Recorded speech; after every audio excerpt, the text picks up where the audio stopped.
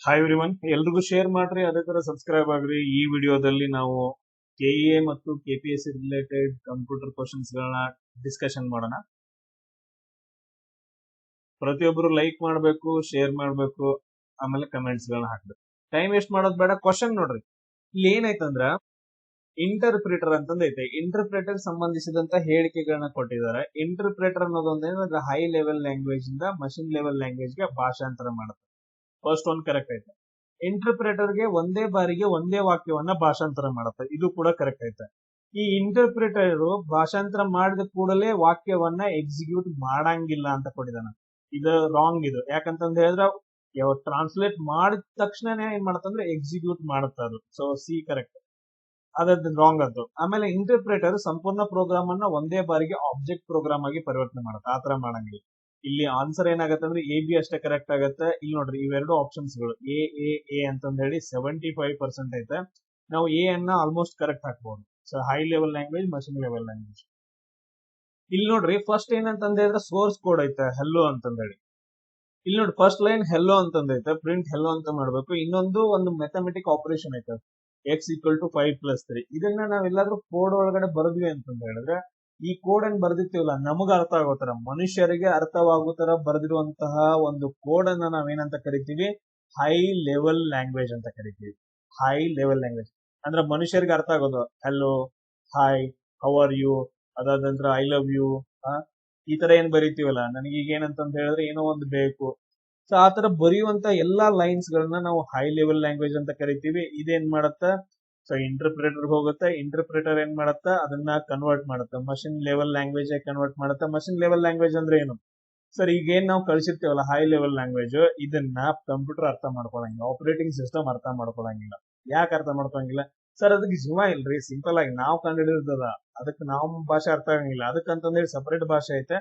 ಆ ಸಪರೇಟ್ ಭಾಷೆಯನ್ನ ನಾವು ಒಂದು ಮತ್ತು ಜೀರೋದಲ್ಲಿ ಎಕ್ಸ್ಪ್ರೆಸ್ ಮಾಡ್ತೀವಿ. ಈಗ ನಾವು ಹೆಲ್ಲೋ ಅಂತ ಹೇಳ್ತಲ್ಲ, ಈ ಹೆಲ್ಲೋವನ್ನ 1001 ಅಂತಂದ ಹೇಳಿ ಎಕ್ಸ್ಪ್ರೆಸ್ ಮಾಡ್ತೀವಿ. ಅಥವಾ 5+3 ಅನ್ನ ನಾವು 10 ಆಮೇಲೆ ಪ್ಲಸ್ ಅಂತಂದ ಹೇಳಿ ಈ ತರ, ಅಂದ್ರೆ ನಾವು ಏನೇನ್ ಬರಿತೀವಲ್ಲ ಪ್ರತಿಯೊಂದನ್ನು 1 ಮತ್ತು 0ದಲ್ಲಿ ಎಕ್ಸ್ಪ್ರೆಸ್ ಮಾಡ್ತೀವಿ. ಅದನ್ನ ನಾವು ಮಷಿನ್ ಲೆವೆಲ್ ಲ್ಯಾಂಗ್ವೇಜ್ ಅಂತ ಕರಿತೀವಿ. ಅದು ಕನ್ವರ್ಷನ್ ಬೇರೆ ಇರುತ್ತೆ, ಆ ಕನ್ವರ್ಷನ್ ಬಗ್ಗೆ ನಾವು ಬೇಡ. ಆಮೇಲೆ ಈ ಮಷಿನ್ ಲೆವೆಲ್ ಲ್ಯಾಂಗ್ವೇಜ್ ಅನ್ನ ಕಂಪ್ಯೂಟರ್ ಅಥವಾ ಕಂಪೈಲರ್ ಅಥವಾ ಆಪರೇಟಿಂಗ್ ಸಿಸ್ಟಮ್ ಇದನ್ನ ತಗೊಂಡ್ ಏನ್ ಮಾಡತ್ತ? ಎಕ್ಸಿಕ್ಯೂಟ್ ಮಾಡಿ ನಮಗೆ ಹೆಲ್ಲೋ ಮತ್ತು x = 8 ಅನ್ನೋ ಒಂದು ಔಟ್ಪುಟ್ ಅನ್ನ ಕೊಡುತ್ತೆ. Point clear? ಆ ಸೋರ್ಸ್ ಕೋಡ್ ಅನ್ನ ನಾವ್ ಏನ್ ಬರಿತೀವಲ್ಲ ಹೈ ಲೆವೆಲ್ ಲ್ಯಾಂಗ್ವೇಜ್, ಅದನ್ನ ನಾವು ಪೈಥಾನ್ ಒಳಗಡೆ ಬರಿಬಹುದು, ಜಾವಾ ಸ್ಕ್ರಿಪ್ಟ್ ಒಳಗಡೆ ಬರಿಬಹುದು, ಜಾವಾದಲ್ಲಿ ಬರಿಬಹುದು, ಆಮೇಲೆ ನೆಕ್ಸ್ಟ್ PHP ಒಳಗಡೆ ಬರಿಬಹುದು. ಯಾವ ಬೇಕಾದ ಲ್ಯಾಂಗ್ವೇಜ್ ಅಲ್ಲಿ ನೀವು ಬರೀರಿ. ಅದನ್ನ ಏನ್ ಮಾಡುತ್ತಾ? ಲೈನ್ ಬೈ ಲೈನ್ ಅನ್ನ ರೀಡ್ ಮಾಡುತ್ತೆ, ಎಕ್ಸಿಕ್ಯೂಟ್ ಮಾಡುತ್ತೆ. ಆಮೇಲೆ ಲೈನ್ ಬೈ ಲೈನ್ ಏನಂತಂದ ಹೇಳಿದ್ರೆ ಅದನ್ನ ಮಷಿನ್ ಲೆವೆಲ್ ಲ್ಯಾಂಗ್ವೇಜ್ ಕನ್ವರ್ಟ್ ಮಾಡುತ್ತೆ. ಏನಾದ್ರೂ ಎರರ್ಸ್ ಇತ್ತು ಅಂತಂದ ಹೇಳಿದ್ರೆ ಎಕ್ಸಿಕ್ಯೂಟ್ ಮಾಡುವಾಗ ಒಂದೇ ಲೈನ್ ಕರೆಕ್ಟ್ ಆಯ್ತು, ಎರಡನೇ ಲೈನ್ ಒಳಗಡೆ ಏನಾದ್ರೂ ಮಿಸ್ಟೇಕ್ ಇತ್ತು ಅಂತಂದ ಹೇಳಿದ್ರೆ ಸಡನ್ ಆಗಿ ನಮ್ಗೆ ಏನ್ ಕೊಡುತ್ತೆ? ಎರರ್ ಅನ್ನ ಕೊಡುತ್ತೆ. ಕ್ಲಿಯರ್? ಅದಾದ ನಂತರ ನೆಕ್ಸ್ಟ್ ನಮ್ಗೇನ್ ಬರುತ್ತೆ? ಔಟ್ಪುಟ್ ಬರುತ್ತೆ. ಸರ್ ಇವಾಗ ಇದು ಹೆಂಗ್ರಿ ಚೆಕ್ ಮಾಡೋಣ್ರಿ ಒಂದ್ಸರಿ. ಇಲ್ಲಿ ನೋಡ್ರಿ, ಕಾಣಿಸಿದೆಯಲ್ಲ, ಈಗ ಪ್ರಿಂಟ್ ಹೆಲ್ಲೋ ಅಂತಂದೈತೆ. ಪ್ರಿಂಟ್ ಹೆಲ್ಲೋ ಅಂತ ಕೊಟ್ಟಾನೆ. ಇದನ್ನ ನಾನು ರನ್ ಮಾಡ್ತೀನಿ. ರನ್ ಆಯ್ತು. ಇನಿಷಿಯಲ್ ಎನ್ವಿರಾನ್ಮೆಂಟ್ ವೇರಿಯೇಬಲ್ಸ್ ಅಂತ ಹೇಳ್ತೇವೆ ಎಲ್ಲ ಆಯ್ತು. ಪ್ಯಾಕೇಜಸ್ ಗಳೆಲ್ಲ ರನ್ ಆಯ್ತು. ಕೋಡ್ ರನ್ ಆಯ್ತು. ಹೆಲ್ಲೋ ಅಂತಂದ್ ಹೇಳಿ ಬಂತು. ಈಗ ಸರ್ ನೋಡ್ರಿ, ನಾನು ಇನ್ನೊಂದನ್ನ ಪ್ರಿಂಟ್ ಮಾಡ್ತೀನಿ. ಪ್ರಿಂಟ್ ಹಾಯ್ ಅರ್ಜುನ್ ಅಂತಂದ ಹೇಳಿ. ಇಂಟರ್ಪ್ರಿಟರ್ ಬಗ್ಗೆ ನಾವು ಡಿಸ್ಕಷನ್ ಮಾಡ್ತೇವ. ಹಾಯ್ ಅರ್ಜುನ್ ಅಂತಂದ ಹೇಳಿ. ಸರ್ ಈಗ ನೋಡ್ರಿ, ರನ್ ಮಾಡಿದನ್ರಿ. ಒಂದನೇ ಲೈನ್ ಎಕ್ಸಿಕ್ಯೂಟ್ ಆಯ್ತ್ರಿ, ಹೆಲ್ಲೋ ಅಂತಂದ ಹೇಳಿ ಬಂತು. ಎರಡನೇ ಲೈನ್ ಎಕ್ಸಿಕ್ಯೂಟ್ ಆಯ್ತ್ರಿ, ಹಾಯ್ ಅರ್ಜುನ್ ಅಂತಂದ ಹೇಳಿ ಬಂತು. ಕ್ಲಿಯರ್? ಈಗ ನಾ ಏನ್ ಮಾಡ್ತೇನೆ ಸರ್? ಇದೇಂಗ್ರಿ ಲೈನ್ ಬೈ ಲೈನ್ ಆಗೈತೆ, ಬಟ್ ಸರ್ 5 ಮಿಲಿ ಸೆಕೆಂಡ್ ತಗೊಳೈತೆ, ನಮ್ಗೆ ಅರ್ಥ ಆಗತ್ತಿಲ್ಲ. ಈಗ ನಾ ಮಿಡಲ್ ಏನ್ ಮಾಡ್ತೀನಿ ಅಂತಂದ ಹೇಳಿದ್ರೆ, ಈಗ ಒಂದ್ ಯಾವ್ದಾದ್ರು ಒಂದು ವೇರಿಯೇಬಲ್ ನ ನಾನು ಡಿಫೈನ್ ಮಾಡ್ತೀನಿ. ಪ್ರಿಂಟ್ = x ಅಂತಂದ ಹೇಳಿ. ಸರ್ ಎಕ್ಸ್ ಅಂದ್ರೆ ಏನು? ಸಿಂಪಲ್ ಆಗಿ ಹೇಳ್ತೀನಿ ಕೇಳ್ರಿ. ಈಗ ನೀವು ಇದಕ್ಕೆ ಹೋಗಿ ಮಾರ್ಕೆಟ್ ಹೋಗಿರ್ತೀರಿ. ಮಾರ್ಕೆಟ್ ಹೋದ ನಂತರ ಅಲ್ಲಿ ಟೊಮೆಟೊ ಇರ್ತಾವ. ಆ ಟೊಮೆಟೊ ಏನಂತಂದ ಹೇಳಿ ಎಕ್ಸ್ ಅನ್ಕೊಂಡು, ಟೊಮೆಟೊ ಅನ್ನೋದೊಂದು ವೇರಿಯೇಬಲ್, ಎಕ್ಸ್ ಅನ್ನೋದೊಂದು ವೇರಿಯೇಬಲ್. ಟೊಮೆಟೊ ಕೊಡು ಅಂತಂದ್ ಹೇಳ್ಬೇಕು ನೀ. ಅಲ್ಲಿ ಎಲ್ಲ ವ್ಯಾಪಾರಿಗರು ಇರ್ತಾರಲ್ಲ, ಅಲ್ಲಿ ಒಬ್ಬಕ್ಕೆ ಅಜ್ಜಿ ಇರ್ತಾಳ, ಆಕಿಗೆ ಹೇಳಿ. ಸೊ ಅಜ್ಜಿ ಮತ್ತೆ ಟೊಮೆಟೊ ಕೊಡು ಅಂತಂದ್ ಹೇಳಿ, ಆಕಿ ನೀನ್ ನೋಡ್ತಾಳ. ಕಂಪ್ಯೂಟರ್ ಹಂಗ ನೋಡುತ್ತೆ. ಟೊಮೆಟೊ ಕೊಡು ಅಂತಂದ್ ಹೇಳ್ತಿ, ಮತ್ತು ಅಜ್ಜಿನೂ ಹಂಗ ನೋಡ್ತಾಳ, ಕಂಪ್ಯೂಟರ್ ಹಂಗ ನೋಡುತ್ತೆ. ಆಮೇಲೆ ನೆಕ್ಸ್ಟ್ ಏನ್ ಹೇಳ್ತಾಳ? ಏ ಹೋಗೋ ಬಾಡೆ, ಏನ್ ಕೊಡ್ಬೇಕು ನಿಂಗೆ, ಎಷ್ಟು ಕೊಡ್ಬೇಕು ಟೊಮೆಟೊ ಅಂತಂದ್ ಹೇಳಿ ಬೈದಾಳ. ಅಂದ್ರೆ ಎಲ್ಲಿ ಎರರ್ ಬಂತಲ್ಲಿ, ಎಕ್ಸಿಕ್ಯೂಷನ್ ಎರರ್ ಬಂತು. ಈಗ ನಮಗೂ ಕೂಡ ಎರರ್ ಬರುತ್ತೆ ನೋಡ್ರಿ. ಯಾಕೆ ಎರರ್ ಬಂತಂದ್ರೆ ಫಸ್ಟ್ ಲೈನ್ ಎಕ್ಸಿಕ್ಯೂಟ್ ಆಯ್ತು, ಕರೆಕ್ಟ್ ಆಯ್ತಾ? ಸೆಕೆಂಡ್ ಲೈನ್ ನೋಡ್ರಿ, ಸೆಕೆಂಡ್ ಲೈನ್ ಏನಂತಂದ್ ಹೇಳಿದ್ರೆ ಪ್ರಿಂಟ್ ಎಕ್ಸ್ ಅಂತಂದ್ ಹೇಳಿ ಅದು ಕನ್ವರ್ಟ್ ಆಯ್ತು ಹೈ ಲೆವೆಲ್ ಇಂದ ಮಷಿನ್ ಲೆವೆಲ್ಗೆ. ಬಟ್ ಆದ್ರೆ ಎಕ್ಸ್ ಅನ್ನೋದನ್ನ ನಾವು ಡಿಫೈನ್ ಮಾಡಿಲ್ಲ, ಇದೊಂದು ವೇರಿಯೇಬಲ್ ಅಂತಂದ್ ಹೇಳ್ತೀವಿ. ಟೊಮೆಟೊ ಕೋಡ್ ಅಂತಂದ್ ಹೇಳ್ತೀವಿ, ಅದನ್ನ ನೀ ಡಿಫೈನ್ ಮಾಡಕತ್ತಿಲ್ಲ, ಎಷ್ಟ್ ಬೇಕು ನಿಂಗ ಟೊಮೆಟೊ ಅನ್ನೋದು ವೇರಿಯೇಬಲ್ ಡಿಫೈನ್ ಮಾಡ್ಬೇಕು, ನೀ ಅದಕ್ಕೊಂದು ವ್ಯಾಲ್ಯೂ ಕೊಡ್ಬೇಕು. 10 kg ಟೊಮೆಟೊ ಕೂಡ ಅಜ್ಜಿ ಅಂತಂದ್ ಹೇಳಿದಂತಂದ್ರೆ ಆಕಿ ನಿಂಗೆ ಕೊಡ್ತಾಳ. ಅದೇ ನೀ ಟೊಮೆಟೊ ಕೊಡು ಅಂತ ಹೇಳಿದ್ರೆ, ಹೋಗೋ ಬಾಡ್ಯಾ ಎಲ್ಲಿದ್ ಬಂದಿ ನೀನ, ಮುಂಜಾನೆಯಿಂದ ನಂದು ವ್ಯಾಪಾರ ಆಗತ್ತಿಲ್ಲ, ತಲಿ ಕೆಡ್ಸಾತೀನಿ ಅಂತ ಹೇಳಿ ಬೈದ್ ಬಿಡ್ತಾಳ. ಹಂಗ ಈ ಕಂಪ್ಯೂಟರ್ ಅನ್ನೋದು ಕೂಡ ಏನಂತಂದ್ ಹೇಳಿದ್ರೆ ನೀ ಅದಕ್ಕೊಂದು ವ್ಯಾಲ್ಯೂ ಅನ್ನ ಕೊಡ್ಬೇಕು. ಈಗ ಎಕ್ಸ್ ಅನ್ನೋದೊಂದು ನೀ ವೇರಿಯೇಬಲ್ ಮಾಡಿದೆ ಅಂತಂದ್ ಹೇಳಿದ್ರೆ ಅದಕ್ಕೊಂದು ವ್ಯಾಲ್ಯೂ ಕೊಡ್ಬೇಕು. ಆ ವ್ಯಾಲ್ಯೂನ ನಾ ಈಗ ಕೊಡ್ತೇನೆ ನೋಡ್ರಿ, ಎಕ್ಸ್ ಈಕ್ವಲ್ ಟು 5 + 3 ಅಂತಂದ್ ಹೇಳಿ ಈ ತರ ನಾ ವ್ಯಾಲ್ಯೂ ಕೊಟ್ಟಿ ನಾ ಎಕ್ಸ್ ನ ಡಿಫೈನ್ ಮಾಡಿದ್ನಿ. ಈಗ ನೋಡ್ರಿ, ಫಸ್ಟ್ ಲೈನ್ ಎಕ್ಸಿಕ್ಯೂಟ್ ಆಯ್ತು, ಹಲೋ ಅಂತಂದ್ ಹೇಳಿ ಬಂತು. ಸೆಕೆಂಡ್ ಲೈನ್ ಎಕ್ಸಿಕ್ಯೂಟ್ ಆಯ್ತು, 8 ಅಂತ ಬಂತು ಕ್ಯಾಲ್ಕುಲೇಷನ್ ಆಗಿ. Third line print hi Arjun ಅಂತಂದ್ ಹೇಳಿ ಬಂತು. ಅಂದ್ರೆ line by line by line by ಅಂತಂದ್ ಹೇಳಿದ್ರೆ ಹೈ ಲೆವೆಲ್ ಇಂದ ಮಷಿನ್ ಲೆವೆಲ್ ಕನ್ವರ್ಟ್ ಮಾಡಿ ನಮಗೆ ಔಟ್ಪುಟ್ ಅನ್ನ ಕೊಡುತ್ತೆ. ಈಗ ಫಾರ್ ಎಕ್ಸಾಂಪಲ್ ಏನಾದ್ರೂ ಎರರ್ ಇತ್ತು, ಈಗ ಎಕ್ಸ್ ಅನ್ನ ಡಿಫೈನ್ ಮಾಡಿಲ್ಲ ನಾವು, ಅಂದ್ರೆ ವೇರಿಯೇಬಲ್ ನ ಡಿಫೈನ್ ಮಾಡಿಲ್ಲ. ಸೊ ಇವಾಗ ನಾನು ಎಕ್ಸಿಕ್ಯೂಟ್ ಮಾಡಿದೆ, ಸೆಕೆಂಡ್ ಲೈನ್ ಒಳಗಡೆ ಏನೈತೆ ಅಂದ್ರೆ ನಂಗೆ ಎರರ್ ಐತೆ. ಸೊ ಈಗ ಫಸ್ಟ್ ಲೈನ್ ಏನು ಎರರ್ ಇಲ್ಲ, ಬಂತು. ಸೆಕೆಂಡ್ ಲೈನ್ ಏನಂತಂದ್ ಹೇಳಿದ್ರೆ ಎರರ್ ಐತೆ, ಅಲ್ಲೇ ಎಕ್ಸಿಕ್ಯೂಷನ್ ಟೈಮ್ ಒಳಗಡೆ ನಮ್ಗೆ ಎರರ್ ಅನ್ನ ಕೊಡುತ್ತೆ. ಸೊ ಇಂತ ಒಂದು ಸಾಫ್ಟ್ವೇರ್ ಅನ್ನ ನಾವೇನಂತ ಕರಿತೀವಿ, ಇಂಟರ್ಪ್ರೆಟರ್ ಅಂತ ಕರಿತೀವಿ. ಸೊ ಅದನ್ನ ಒಂದು ಸಮರಿ ಮಾಡಿದ್ ನೋಡ್ರಿ, ಇಂಟರ್ಪ್ರೆಟರ್ ಹೈ ಲೆವೆಲ್ ಲ್ಯಾಂಗ್ವೇಜ್ ಅನ್ನ ಏನ್ ಮಾಡುತ್ತೆ, ಮಷಿನ್ ಲೆವೆಲ್ ಕನ್ವರ್ಟ್ ಮಾಡುತ್ತೆ. ನೆಕ್ಸ್ಟ್ ಅದು ಲೈನ್ ಬೈ ಲೈನ್ ಎಕ್ಸಿಕ್ಯೂಟ್ ಮಾಡುತ್ತೆ, ಲೈನ್ ಬೈ ಲೈನ್ ಒಂದು ಲೈನ್ ಎಕ್ಸಿಕ್ಯೂಟ್ ಆಗೋವರೆಗೂ ಅಲ್ಲೇ ನಿಂತ್ಕೊಳ್ಳುತ್ತೆ. ಆ ಲೈನ್ ಎಕ್ಸಿಕ್ಯೂಟ್ ಆದ ನಂತರ ಸೆಕೆಂಡ್ ಲೈನ್ ಹೋಗುತ್ತೆ, ನಾವು ನೋಡಿದೀವಿ ಆಲ್ರೆಡಿ. ಆಮೇಲೆ ತಕ್ಷಣ ಎಕ್ಸಿಕ್ಯೂಟ್ ಮಾಡುತ್ತೆ, ಟ್ರಾನ್ಸ್ಲೇಟ್ ಆದ ತಕ್ಷಣ ಎಕ್ಸಿಕ್ಯೂಟ್ ಮಾಡುತ್ತೆ. ನೀವು ನೋಡಿರ್ಬೋದು, ನೆಕ್ಸ್ಟ್ ಲೈನ್ ನಮ್ಗೆ ಇದು ಬಂದಿಲ್ಲ. ಒನ್ ಟೈಮ್ ಏನಂತ ಹೇಳಿದ್ರೆ, ಈಗ ನಾವು ಎಕ್ಸಿಕ್ಯೂಟ್ ಮಾಡುವಾಗ ಇಲ್ಲಿ ನೋಡ್ರಿ ಲೈನ್ ಬೈ ಲೈನ್ ಹೆಂಗಂತ, ಫಸ್ಟ್ ಲೈನ್ ಎಕ್ಸಿಕ್ಯೂಟ್ ಆಯ್ತು, ಸೆಕೆಂಡ್ ಲೈನ್ ಏನಂತ ಹೇಳಿದ್ರೆ ಇಲ್ಲಿ ಎರರ್ ಬಂದೈತೆ ನಮ್ಗೆ. ಇಲ್ಲಿ ನೋಡ್ರಿ ಎರರ್ ಬಂದೈತೆ, ನೆಕ್ಸ್ಟ್ ಲೈನ್ ಹೋಗೇ ಇಲ್ಲ ಅವರು. ಅಂದ್ರೆ ಒನ್ ಬೈ ಏನ್ ಮಾಡತ್ತಂದ್ರೆ ಎಕ್ಸಿಕ್ಯೂಟ್ ಮಾಡತ್ತ ಅಂತ ಹೇಳಿ ಅರ್ಥ. ಅದಾದ ನಂತರ ಏನಾದ್ರೂ ದೋಷ ಇತ್ತು ಅಂತಂದ್ ಹೇಳಿದ್ರೆ ಸಡನ್ ಆಗಿ ನಮಗ ತಕ್ಷಣ ಎರರ್ ಅನ್ನ ತೋರಿಸುತ್ತೆ. ಹಿಂಗ್ ಮಾಡೋದ್ರಿಂದ ನಮ್ಗೆ ಏನಾಗತ್ತೆ, ಡಿಬಗ್ಗಿಂಗ್ ಸುಲಭ ಆಗತ್ತೆ, ಅಂದ್ರೆ ತಪ್ಪುಗಳನ್ನು ಹುಡುಕಕ್ ಈಸಿ ಆಗತ್ತೆ. ಯಾವ ಲೈನ್ ಅಲ್ಲಿ ನಮಗ ತಪ್ಪುಗಳಿದಾವ, ಯಾವ ಲೈನ್ ಅಲ್ಲಿ ಕೋರ್ ಇದಂದ್ರೆ ನಾವು ಬರೆಯುವಂತ ಕೋಡ್ ಎರರ್ ಐತಿ ಅಂತ ಹೇಳಿ. ಐ ಥಿಂಕ್ ಎಕ್ಸ್ಪ್ಲನೇಷನ್ ಓಕೆ ಅನ್ಸುತ್ತಲ್ಲ, ಎಲ್ರಿಗೂ ಅರ್ಥ ಆಗತ್ತ. ನಾವು ರಿಯಲ್ ಎಕ್ಸಾಂಪಲ್ಸ್ ಗಳನ್ನ ತಗೊಂಡ್ವಿ, ಅರ್ಥ ಮಾಡ್ಕೊಂಡ್ವಿ ಇಂಟರ್ಪ್ರೆಟರ್ ಅಂತಂದೇಳಿ. ನಮ್ದು ಈ ತರ ಟೀಚಿಂಗ್ ಇರುತ್ತೆ, ಒಂದ್ ಸ್ವಲ್ಪ ಸ್ಲೋ ಆಗತ್ತೆ, ಬಟ್ ಆದ್ರೆ 100% ಅಕ್ಯುರೇಟ್ ಆಗಿ ಪ್ರತಿಯೊಬ್ಬರಿಗೂ, ನನ್ನಂತ ಲಾಸ್ಟ್ ಬೆಂಚ್ ನವನಿಗೂ ಕೂಡ ಅರ್ಥ ಆಗ್ಬೇಕು. ಸರಿ, ಇಲ್ಲಿ ನೆಕ್ಸ್ಟ್ ಕ್ವಶನ್ ನೋಡ್ರಿ. ಈಗ ಆಕ್ಸೆಸ್ ಮಾಡುವ ವೇಗವನ್ನ ನಾವು ಸ್ಪೀಡ್ ಮುಖಾಂತರ ಹೇಳ್ಬೇಕು. ಸ್ಪೀಡ್ ಮುಖಾಂತರ ಯಾವ್ದ್ರ ಸ್ಪೀಡ್ ಜಾಸ್ತಿ ಐತೆ ಅಂತ ಹೇಳಿ, ಅತಿ ವೇಗದಿಂದ ಪ್ರಾರಂಭಿಸಿ ನಿಧಾನಗತಿವರೆಗೂ ಬರಬೇಕು. ಸೊ ಹೈ ಸ್ಪೀಡ್ ಇಂದ ಏನಂತಂದ್ ಹೇಳಿದ್ರೆ ಲೋ ಸ್ಪೀಡ್ ವರೆಗೂ ನಾವು ಇದನ್ನ ಮಾಡ್ಬೇಕು. ಇಲ್ಲಿ ನಾ ಡೈರೆಕ್ಟ್ ಆಗಿ ಹೇಳ್ತೀನಿ. ಫಸ್ಟ್ ಏನಂತಂದ್ ಹೇಳಿದ್ರೆ ರಿಜಿಸ್ಟರ್ ಹೈ ಸ್ಪೀಡ್ ಅಲ್ಲಿ ಇರುತ್ತೆ, ಅದಾದ ನಂತರ ಕ್ಯಾಶೆ ಇರುತ್ತೆ, ಆಮೇಲೆ ರ್ಯಾಮ್ ಇರುತ್ತೆ, ಲಾಸ್ಟ್ ಏನಂದ್ರೆ ಸೆಕೆಂಡರಿ ಸ್ಟೋರೇಜ್ ಅಂತ ಹೇಳಿ. ಲಾಸ್ಟ್ ಏನಂದ್ರೆ ಸೆಕೆಂಡರಿ.